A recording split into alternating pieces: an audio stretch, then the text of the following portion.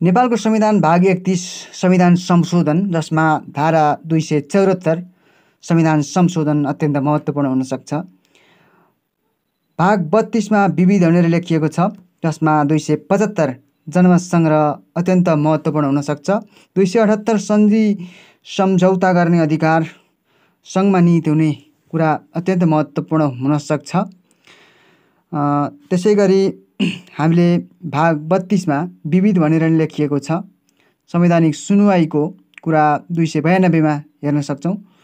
त्यसै गरी भाग 33 मा सङ्क्रमणकालीन व्यवस्था, 34 मा परिभाषा र व्याख्या, 35 मा सम्झित नाम प्रारम्भ र खारेजी, नेपालको अनुसूचीको कुरा, संविधानको अनुसूचीको कुरा, अनुसूची 1, 2, 3 जग छा भनेर सम्झिने, 4 मा प्रदेश र जिल्ला, 5 मा सङ्घको, 6 मा प्रदेशको, 7 मा सङ्घ र प्रदेश, 8 मा स्थानीय, 9 मा सङ्घ प्रदेश स्थानीयको गरेर हामी सबै हेर्न सक्छौँ। कतिवटा छन्